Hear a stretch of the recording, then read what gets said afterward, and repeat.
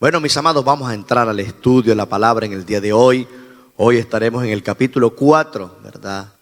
De Hebreos. Bendito sea el Señor. Ustedes allí en sus hogares, en sus casas, donde ustedes estén, ¿verdad? Ubicados en este tiempo. Quisiera los que nos acompañaran a esta lectura, a esta enseñanza que, vamos a decir, ¿verdad? Es Dios que nos pone en nuestros corazones esta porción. Dice la palabra que en la antigüedad, bueno, Dios hablaba o habló a través de los profetas, ¿verdad? Habló a través, ¿verdad?, de aquellos grandes hombres de Dios, y hoy día, bueno, está hablando a través de sus hijos, de su Hijo Jesucristo. Nosotros, ¿verdad?, constituidos, ¿verdad?, como coherederos de esta gran bendición, expresamos, ¿verdad?, lo que el Señor pone en nuestro corazón con dirección del Espíritu Santo, mis amados. Si ustedes pueden ver y analizar, no soltamos cualquier palabra, solamente hablamos conforme a lo que está escrito, ¿verdad?, en la palabra del Señor. Entonces, allí en Hebreos capítulo 4, versículo 1, 2 y 3, leo la palabra del Señor en el día de hoy bajo la bendición del Padre, el Hijo y del Espíritu Santo. Temamos, pues, no sea que permaneciendo aún la promesa de entrar en su reposo, alguno de vosotros parezca no haberlo alcanzado, porque también a nosotros se nos ha anunciado la buena nueva, como a ellos, pero no les aprovechó el oír la palabra, por no oír acompañada de fe en los que la oyeron. Pero los que hemos creído entramos en reposo de la manera que dijo: por tanto juré en mi ira, no entrarán en mi reposo. Bueno, mis amados, se ha venido desarrollando, ¿verdad?, este estudio acerca de este libro. Al principio, bueno, vemos, ¿verdad?, cómo el autor, ¿verdad?, de este libro resalta la función, vamos a decir, o la figura principal, que es Jesucristo.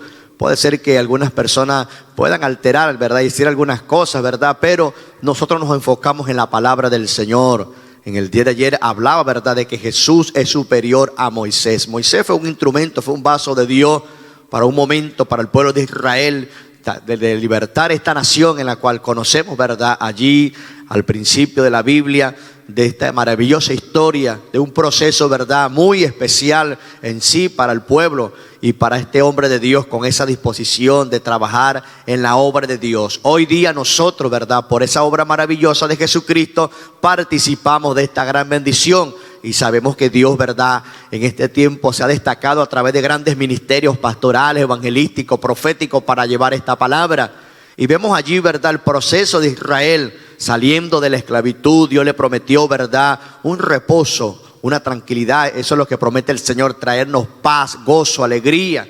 Y hoy día, bueno, hay gente, ¿verdad?, que anda de un lado a otro buscando esa bendición, pero no la consiguen, hermano, porque el único camino, ¿verdad?, que nos va a traer esa paz a la presencia del Señor es a través de Jesucristo. Él es nuestro mediador, el único que nos puede, ¿verdad?, llevar en socorro a la presencia del Señor.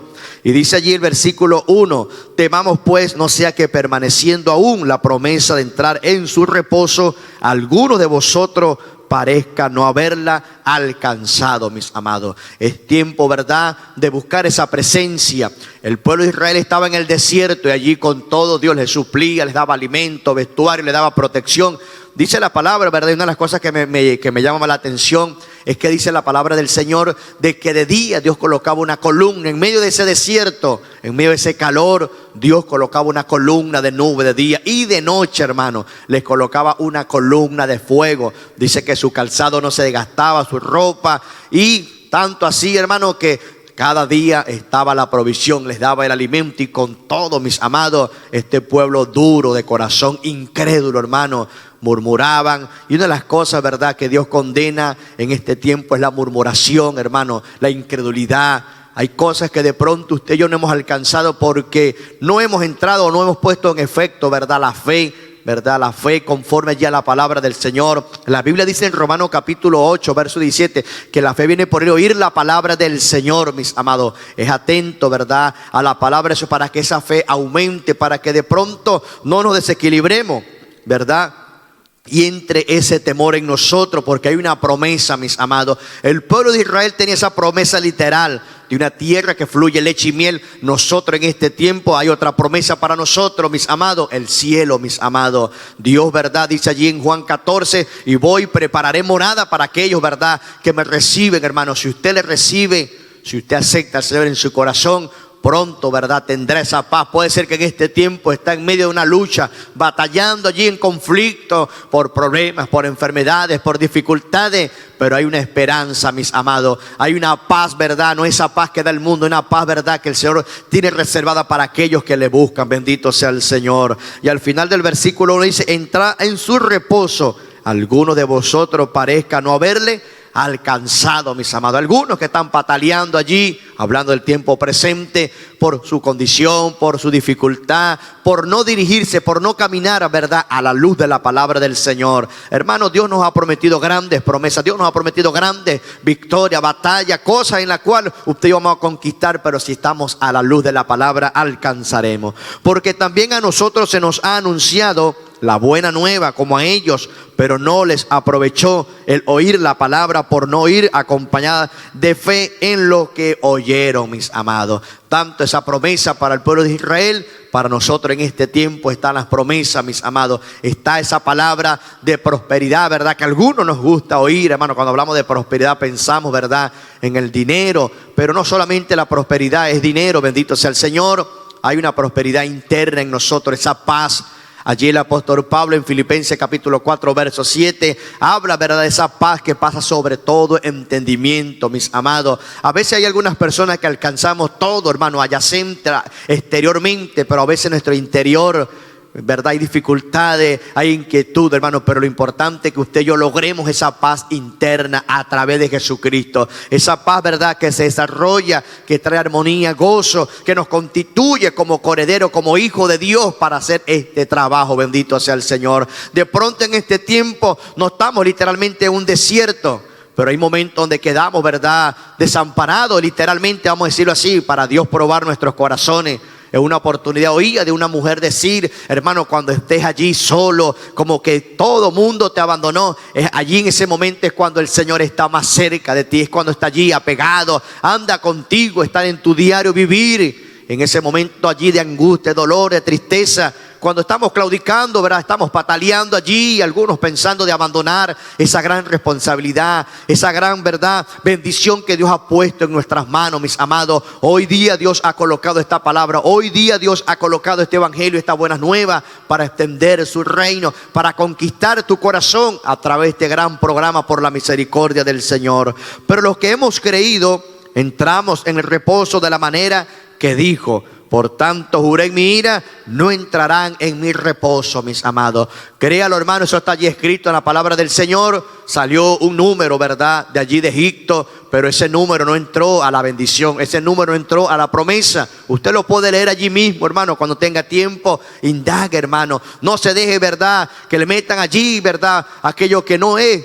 Escudriñemos la palabra nosotros mismos. La palabra dice que tendremos que ser, verdad, no solamente oidores, sino hacedores de ella. Y para ser hacedores tenemos que escudriñar. Entonces al final dice: por tanto juré en mi ira, no entrarán en mi reposo. Israel, verdad, no entró. Dice que entró una generación nueva. A partir de 20 años hacia abajo, dice la palabra que entró una generación nueva a esa bendición. No permitas, verdad, en este tiempo que esa bendición pase por alto, que esa promesa que Dios tiene para cada uno de nosotros la perdamos, mis amados, por nuestra manera de ver las cosas. Hay gente hoy día que quiere hablar la palabra a su manera, a su pensamiento, y bueno, queremos hasta cambiar, hermano, el modelo. Que el Señor nos guarde. Hay un solo modelo, eso está en la palabra del Señor. Hay una sola doctrina, eso está en la palabra de Dios, mis amados. Que el Señor nos ayude, que el Señor nos permita permanecer fieles, verdad, en su voluntad, para no entrar en ese castigo, para no entrar en ese momento difícil, sino entrar en la presencia, en la promesa que Dios tiene para nosotros, ese cielo y esa tierra nueva. Bendito sea el Señor. Dios me le bendiga y Dios me le guarde. Gloria a Dios. El versículo 4, 5 y 6 dice así: porque en cierto lugar dijo así del séptimo día, y reposó Dios de todas sus obras en el séptimo día, y otra vez aquí: no entrarán en mi reposo. Por lo tanto, puesto que falta que algunos entren en él, y aquellos a quienes primero se les anunció las buenas nuevas no entraron por causa de desobediencia. Bueno, aquí la palabra del Señor nos está hablando, ¿verdad? Ya este es la continuación del capítulo 3, que habla acerca del pueblo de Israel cuando entraron al desierto. Y aquí el Señor hace una referencia del libro de Génesis, cuando él estuvo haciendo cuando creó la tierra, cuando creó la tierra y todo lo que habita en ella.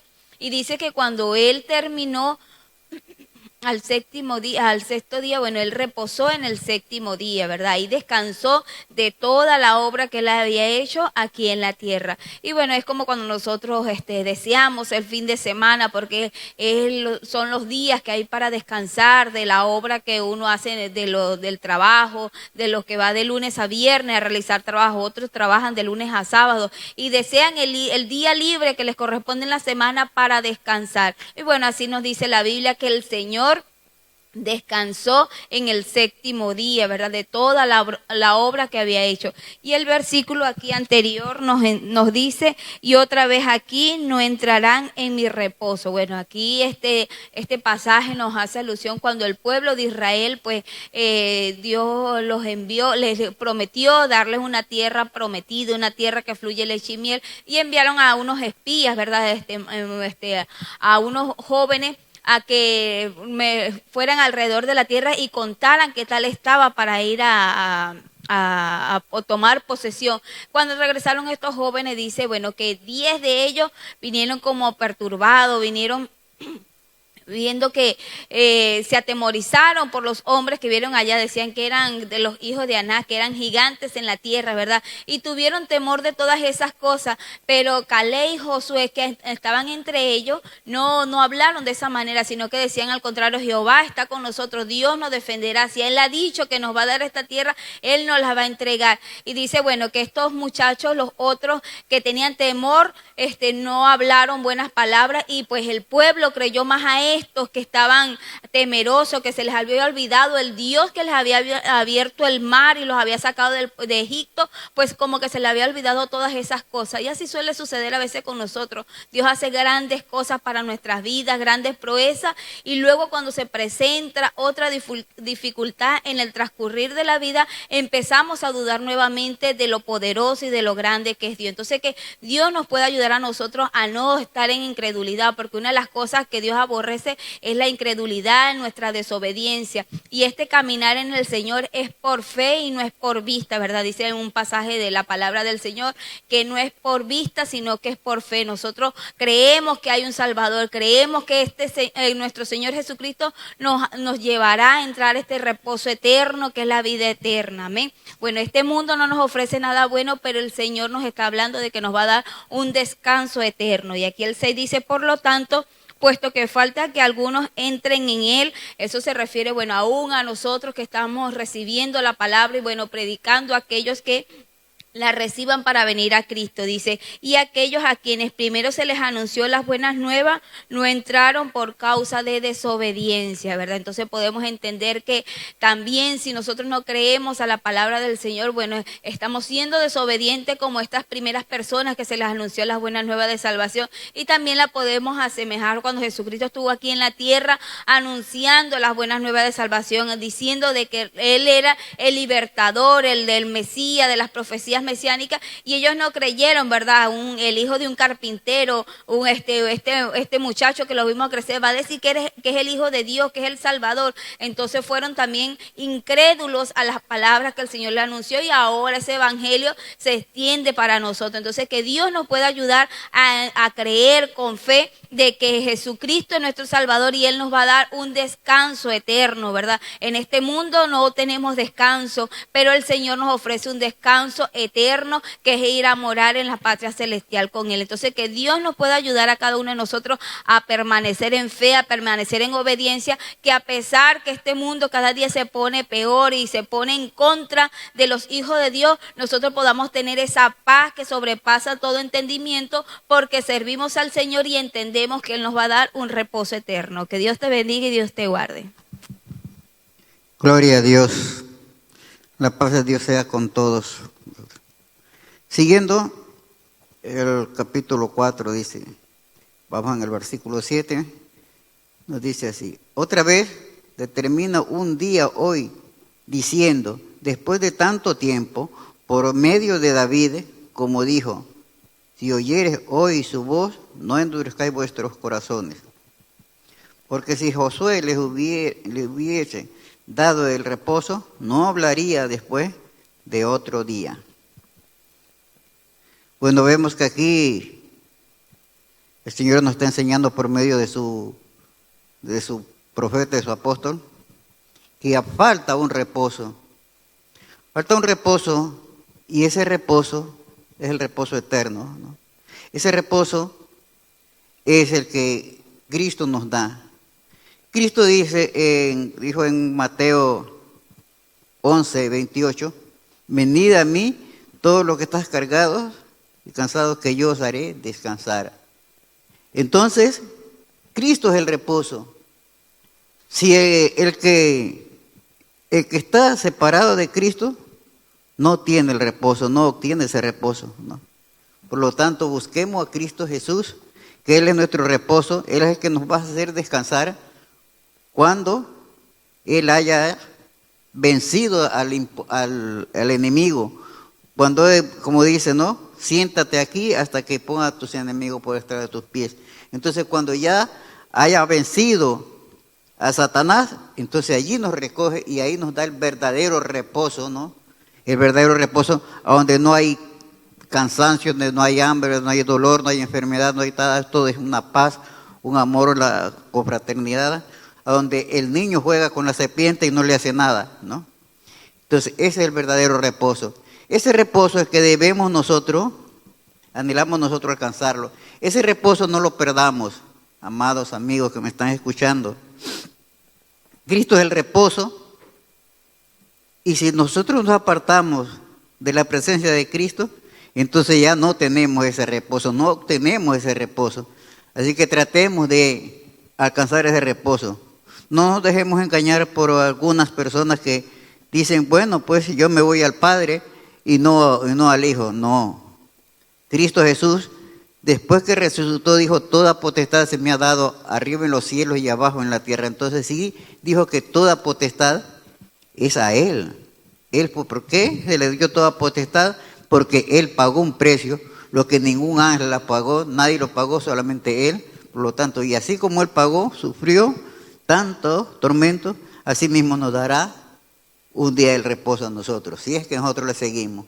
Cristo Jesús sufrió, padeció mucho aquí, y fue al Padre, y el Padre le dijo, siéntate aquí a descansar, ¿no? Y allí lo tiene.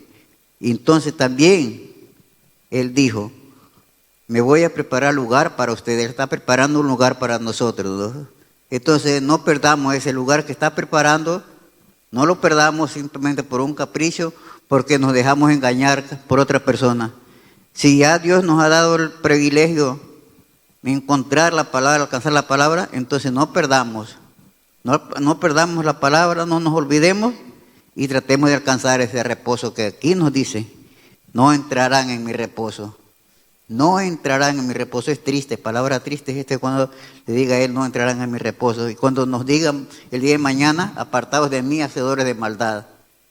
Por lo tanto, busca a Cristo, siga a Cristo, que Él nos dará descansar. Que el Señor nos ayude. Dios les bendiga, mis amados hermanos, que la paz del Señor sea con cada uno de ustedes. Continuamos en los versículos 9, 10 y 11. Dice, por tanto queda un reposo para el pueblo de Dios, porque el que ha entrado en su reposo también ha reposado de sus obras, como Dios de las suyas. Procuremos pues entrar en aquel reposo, para que ninguno caiga en semejante ejemplo de desobediencia. Bueno, aquí el Señor habla de, por tanto queda un reposo para el pueblo de Dios, ¿no? ¿Y cuál es ese reposo para el pueblo de Dios? La vida eterna que tenemos junto con Cristo, ¿sí? Ese es nuestro mayor reposo. Entonces dice, porque el que ha entrado en su reposo también ha reposado de sus obras como Dios de las suyas. Bueno, sabemos en Génesis, cuando el Señor creó los cielos, la tierra, creó todo, lo que está en la tierra, Él reposó en el séptimo día, ¿verdad? De sus obras, de lo que Él había realizado, ¿sí? Asimismo nosotros, mis amados hermanos, debemos reposar en Cristo Jesús. Debemos trabajar para Él. Debemos trabajar también secularmente, obviamente, porque el que no trabaja, pues que no coma, ¿verdad? Debemos trabajar, pero aún en medio de nuestro trabajo, aún en medio de todo, debemos tratar en lo posible de descansar en el Señor. Yo sé que a veces es difícil, a veces es difícil confiar, ¿verdad?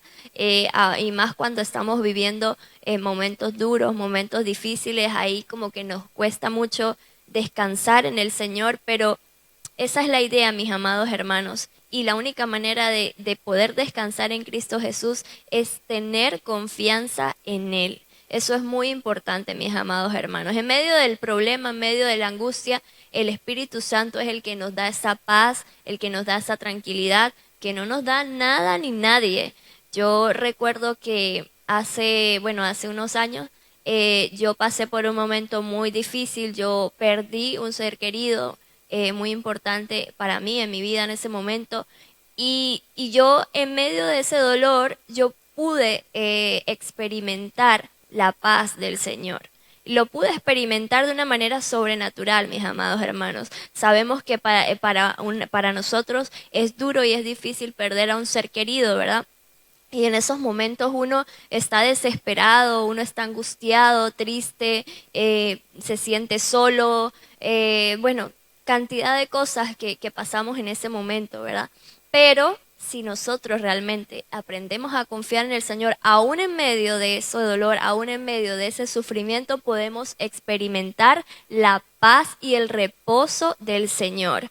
Eso yo en ese momento sentía como una anestesia en medio del dolor, y así se siente, como una anestesia, ¿no? Como una paz, como una calma, aunque el mundo se esté cayendo, mis amados hermanos, pero nosotros debemos aprender a descansar en el Señor.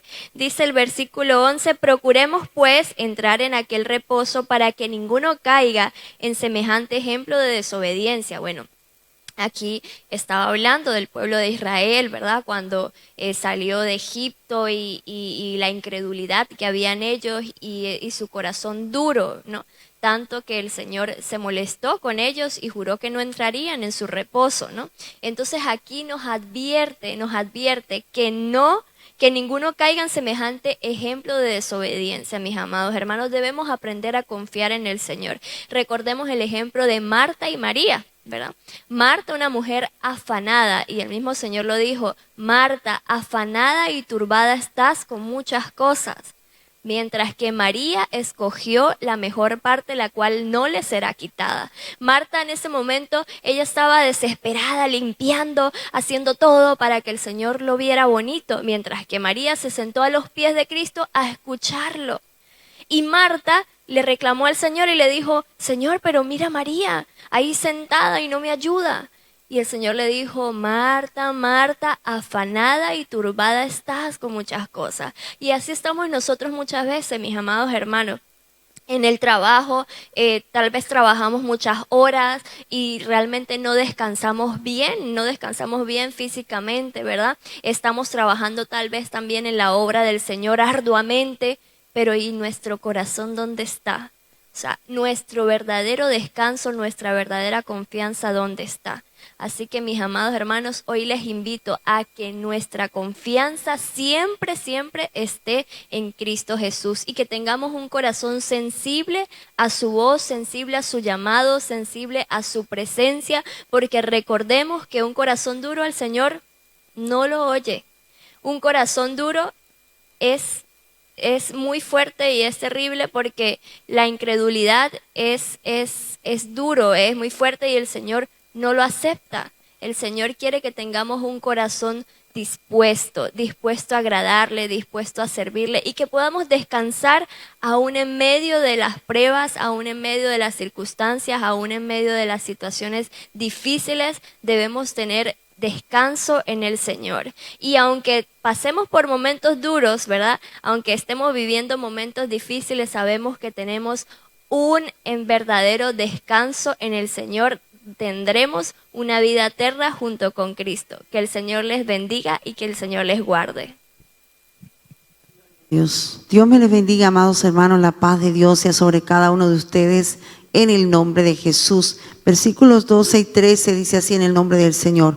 Porque la palabra de Dios es viva y eficaz y más cortante que toda espada de dos filos y penetra hasta partir el alma y el espíritu, las coyunturas y los tuétanos, y discierne los pensamientos y las intenciones del corazón.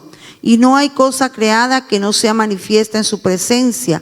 Antes bien, todas las cosas están desnudas y abiertas a los ojos de aquel a quien tenemos que dar cuenta. Bendito sea el Señor. Qué lindo, amados hermanos, cuando leemos estos versículos acerca de lo poderosa, de lo viva que es la palabra de Dios. La palabra de Dios, cuando dice allí que es viva y es eficaz, hermanos, es una palabra que no está muerta, es una palabra que no pasa de moda, es una palabra que lo mismo habló hace 2500 años, hace 2000 años, lo mismo hace 100 años y lo mismo ahora. Es una palabra con un eterno presente, hermano. Siempre que tú abres la palabra de Dios, esa palabra te va a hablar. Esa palabra parece que se salen de allí de las páginas y es como tú dices, wow, pero qué palabra, justamente lo que yo necesitaba. ¿Cómo esta palabra me puede llegar de una manera tan efectiva? Porque la Biblia dice que ella es viva y es eficaz. Algo eficaz es algo que cumple el propósito para el cual está actuando. Así que la palabra de Dios dice que ella cumplirá el propósito para el cual Dios la envió a nosotros, ¿verdad? El Señor envió esa palabra, dejó esa palabra con un propósito y esa palabra va a cumplir ese propósito que Dios ha declarado, que Dios ha decretado. Yo recuerdo que cuando comencé en el Evangelio, yo agarraba la Biblia y abría así, como dicen por ahí, quiromancia bíblica, ¿no? Yo agarraba y abría a ver dónde me salía. Y de verdad que a pesar de que lo hacía de una manera un poco en ignorancia, ¿no? Porque no tenía un orden para estudiar la palabra, pero puedo decir que Dios siempre me ha hablado en su palabra. Esa palabra ha sido tan viva, ha sido tan eficaz en mi vida, amados hermanos, y en esos momentos difíciles donde muchas veces uno necesita una palabra, allí está esa palabra. Abrimos la Biblia y esa palabra es viva. Esa palabra nos habla en este presente que estamos viviendo, a pesar que haya sido escrita para el pueblo de Israel o que haya sido escrita para los colosenses o para los filipenses o para, yo que sea, cualquier persona o pueblo, ciudad o país que haya sido escrita, ¿verdad? Porque en alguna palabra encontramos que fueron palabras personales para alguien, otras veces para una ciudad, a veces para una nación, a veces para Israel, a veces para los enemigos de Israel. ¿Cuántas cosas encontramos en la Biblia? Con todo y eso, esa palabra es viva y es eficaz. Dice allí que es más cortante que toda espada de doble filo. La Biblia ilustra que la palabra de Dios es como una espada corta, una espada sirve para pelear también. Vemos que allí en Efesios nos habla de la espada del Espíritu, que es la palabra de Dios. Y cuando dice que esa palabra de doble filo, quiere decir que es una palabra que corta para ambos lados. Cuando nosotros predicamos la palabra de Dios, esa palabra corta para allá, para la persona que la está escuchando, pero corta también para aquel que lo está hablando. ¿Cuántas veces preparamos un mensaje, amados hermanos, como predicadores, y esa palabra al primero que le habla es a nosotros? De hecho, antes de nosotros dar un mensaje a los demás, es bueno que ese mensaje primero nos hable a nosotros, porque ¿cómo vamos a ir a hablar de algo que no creemos, de algo que no vivimos, de algo que no experimentamos? ¿Sí? Pero cuando esta palabra nos habla primeramente a nosotros, nosotros podemos hablarla con mayor convicción, porque estamos seguros de lo que estamos diciendo, ¿verdad? Y qué lindo, hermano, cuando esa palabra corta para ambos lados. Y es bonito, ¿sabe por qué? Porque así nosotros cuando predicamos no creemos que este mensaje solamente va para los de allá, porque los de allá son los que no conocen, porque los de allá son los que no creen a la palabra. No, hermano, que también a nosotros, mire, podemos tener años en el Evangelio y Dios todos los días nos va a dar un mensaje nuevo. Puedes haber leído ese texto muchas veces. Puedes durar años y leer la Biblia yo que sé, 50, 100 veces, y todos los días la Biblia te va a decir algo nuevo. Qué poderosa es la palabra de Dios, hermano. De verdad que no hay cosa más maravillosa y más grande que esa palabra, que es viva y eficaz, que es más cortante que espada de doble filo. Dice allí que penetra hasta partir el alma y el espíritu. Mira, hermano, es algo tan profundo que dice allí que incluso las coyunturas, los tuétanos también, es algo que penetra hasta lo más profundo del corazón. Hay cosas que quizás una persona puede darnos un consejo y quizás lo escuchamos, pero no tiene el mismo efecto que tiene la palabra de Dios. Cuando tú lees la palabra de Dios, esa palabra profundiza, esa palabra se mete en tus huesos, esa palabra te discierne los pensamientos. A veces hay cosas que tú habías pensado y quizás cuando el predicador está allí hablando, a veces tú te dirás, bueno, pero seguramente que el pastor le dijo algo a él. ¿Por qué viene a predicar justamente esto? ¿Por qué este hermano dice esto? Algo ha sabido, alguien le ha contado. Y muchas veces la gente no se da cuenta que es porque la palabra de Dios es viva y es eficaz y penetra hasta lo más profundo. Discierne nuestros pensamientos, nuestras emociones. Dice ahí que las intenciones del corazón. Miren, en una ocasión nosotros con mi madre fuimos a visitar a un hombre que era expresidiario.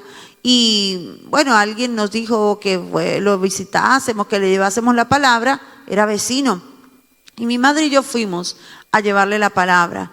Y yo le dije, oré al Señor, Señor, dame una palabra para poder hablarle a este hombre. Y Dios me dio una palabra.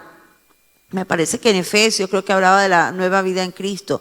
Y yo le hablé de esa palabra. Cuando nosotros terminamos de hablar, de predicarle a este hombre nos dijo, verdaderamente Dios me ha hablado. Porque yo tenía pensado mañana hacer algo. Pero hoy Dios me ha hablado por la palabra y me ha redarguido para que no lo haga.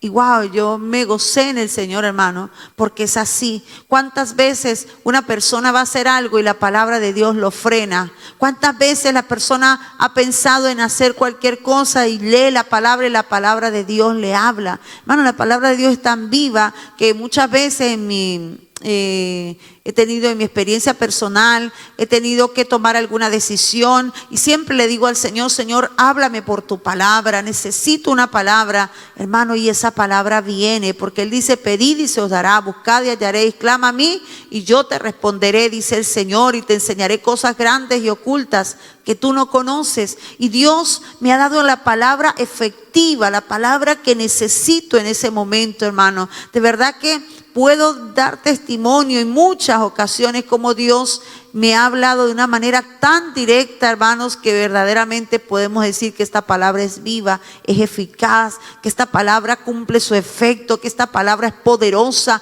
que esta palabra penetra. ¿Por qué he cambiado en mi vida muchas cosas, amados hermanos? ¿Por qué muchas cosas que antes hacía hoy no las hago? Porque la palabra de Dios se ha metido dentro de mí, porque he entendido la palabra de Dios, porque he entendido el mensaje de Dios, porque esta palabra me ha transformado. Fíjate que el Señor Jesucristo le dijo a los discípulos, ustedes cuando le fue a lavar los pies, que Pedro le dijo, Señor, él le dijo, si no te deja lavar los pies, no tendrás parte en este ministerio. No, Señor, entonces lávame todo. Él le dijo, no, el que está lavado no necesita sino lavarse los pies. Ustedes ya están limpios por la palabra que yo les he hablado. La palabra nos limpia, nos transforma, nos renueva. Mire, hermano, no hay cosa más poderosa que la palabra de Dios. Por eso debemos amar esta palabra, hermano. Por eso debemos buscar día a día, leerla. Hermano, nosotros a veces hay gente por ahí buscando en el internet, buscando en las personas una respuesta y buscan y no encuentran nada porque no buscan donde deben buscar, que es en la palabra de Dios. Si tú buscas en la palabra de Dios, siempre va a haber un mensaje de Dios para ti, actualizado para el día de hoy, aunque haya sido escrito hace más de 2000 años. Qué poderosa es la palabra.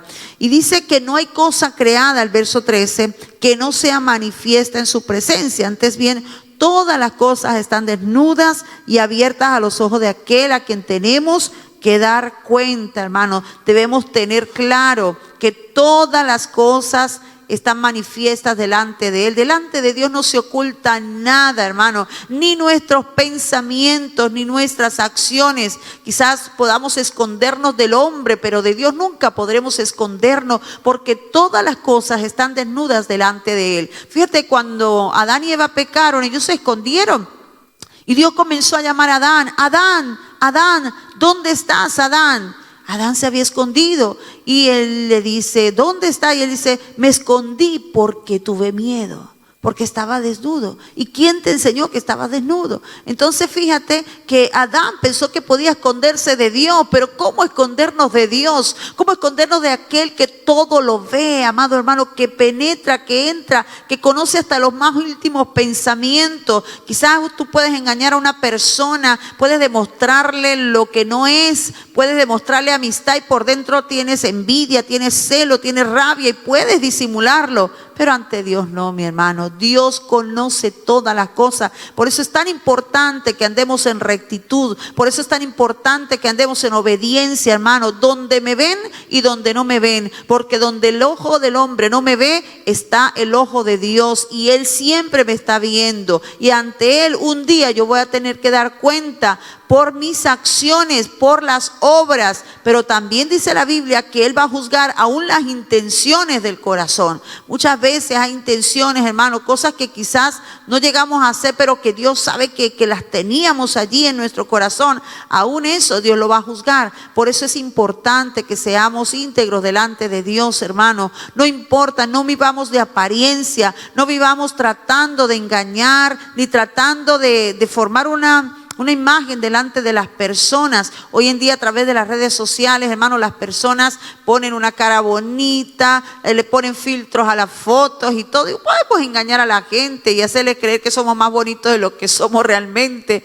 Pero a Dios no, mi hermano. Y ¿sabe qué es lo importante? Que nosotros vivamos con un corazón agradable delante de Dios, que vivamos en obediencia delante del Señor. ¿Por qué? Porque un día vamos a dar cuenta. No se te olvide, hermano, un día vas a dar cuenta por tus acciones.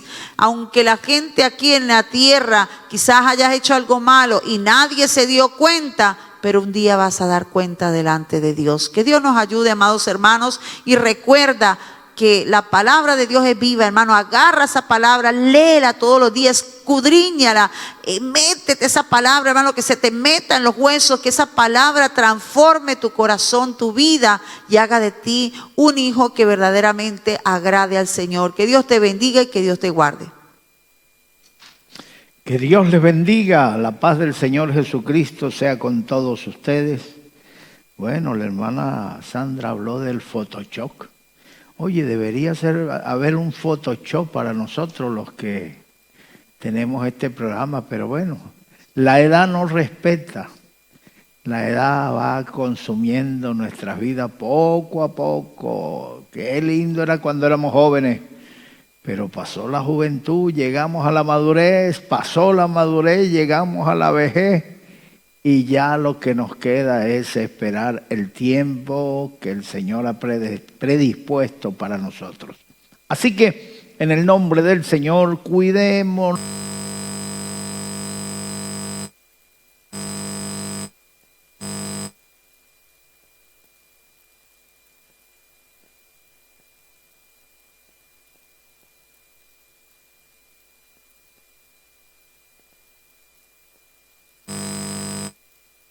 Gloria a Dios, ahora sí. Bueno, parece que mi micrófono tiene un fallo por ahí.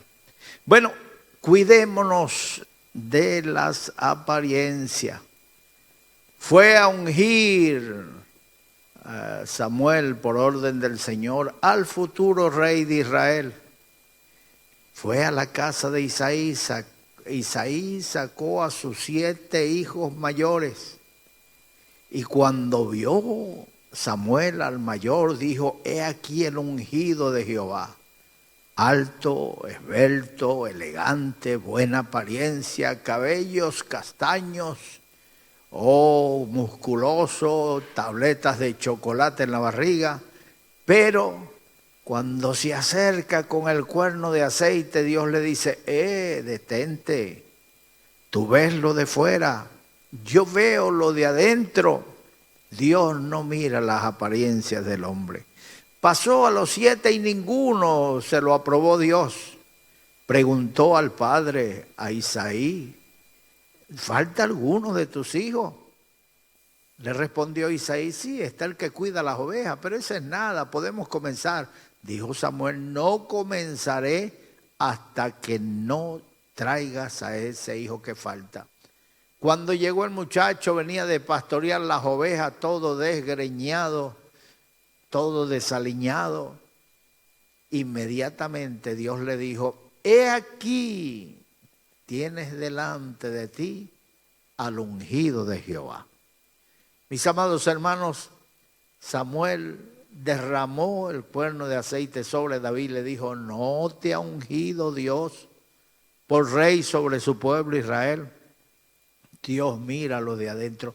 Todas las cosas están desnudas y abiertas delante de aquel del cual tendremos que dar cuenta un día de nuestros hechos. Que Dios nos ayude a mantener una vida santa, tanto en lo público como en lo privado, porque hay personas que públicamente guardan las apariencias, pero detrás del telón, detrás de bastidores, ay, Dios mío, deja mucho que desear con su vida.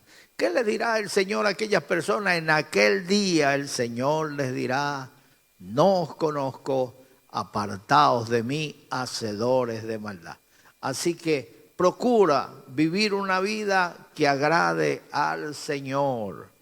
Mire, somos humanos, tenemos debilidades y vamos a batallar durante toda nuestra vida con esas debilidades. No podemos dejarnos esclavizar por los deseos carnales. No podemos ceder a las debilidades y decir, no pude, la carne, el diablo. No, Dios no nos ha dado espíritu de cobardía, sino de poder, de amor y de dominio propio. Dios nos ha entregado el control para que nada nos pueda esclavizar. Y en cuanto a lo indefenso que te sientes, en cuanto a lo impotente que te sientes cuando pasan algunas cosas, cuando pasan los años y sigues con la misma debilidad, yo quiero decirte que muchas de esas debilidades te van a seguir hasta que el Señor te llame a su presencia. Le preguntó el hermano Puertas a un anciano, 95 años, hermano, ¿hasta cuándo uno le llega ese mal de mujeres que uno ve a una mujer y le llama la atención, se le va la vista? El viejito le respondió, hermano Puerta, yo tengo 95 años y creía que con esta edad me iba a curar de ese mal, pero me gustan más las mujeres que cuando tenía 15 años. Entonces, esa es una debilidad, la debilidad del hombre es la mujer. Entonces cuídate hasta que el Señor te llame. Y recuerden que tenemos un sumo sacerdote que puede compadecerse de nosotros. Dice, por tanto, versículo 14, teniendo un gran sumo sacerdote que traspasó los cielos, Jesús, el Hijo de Dios, retengamos nuestra profesión. Mis amados hermanos, así como la gente se prepara, se capacita, saca títulos y llega a convertirse en un profesional, la Biblia nos enseña que retengamos también la profesión. ¿Pero cuál profesión? La profesión de fe. Mis amados hermanos, hay que pasar nuestras vidas culturizándonos, la cultura de la fe, la cultura celestial, donde procuramos cada día agradar a Dios, puesto que tenemos tal sumo sacerdote que traspasó los cielos. Los sacerdotes de Israel tenían que traspasar una vez al año el lugar santísimo, traspasar a ese lugar santísimo con el sacrificio del pueblo, con la ofrenda de la sangre, y ellos traspasaban ese lugar como expiación, llevando la expiación del pecado delante de Dios. Pero tenemos un sumo sacerdote superior a los sacerdotes terrenales, porque este sumo sacerdote no solo traspasó el templo, no solo hizo que se rasgara el velo del templo, dejando libre acceso a la presencia de Dios, sino que traspasó los mismos cielos y se presentó delante del trono de Dios. Y no solo se presentó, sino que se quedó allí, se sentó a la diestra de Dios para interceder delante de Dios por nosotros. Así que ya que tenemos tal sumo sacerdote, acerquémonos a Él para hallar oportuno socorro. Retengamos nuestra profesión de fe. El versículo 15 dice, porque no tenemos un sumo sacerdote que no puede compadecerse de nuestras debilidades, sino uno que fue tentado en todo según nuestra semejanza, pero sin pecado.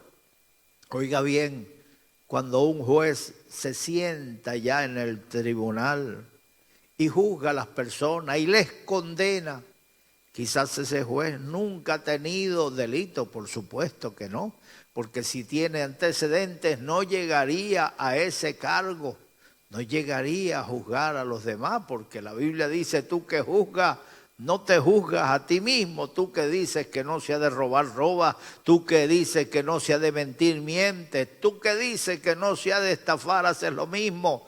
Pues no puedes juzgar, no puedes estar como juez de aquellas cosas que tú mismo estás practicando. Pero tenemos un sumo sacerdote que sí puede compadecerse de nosotros.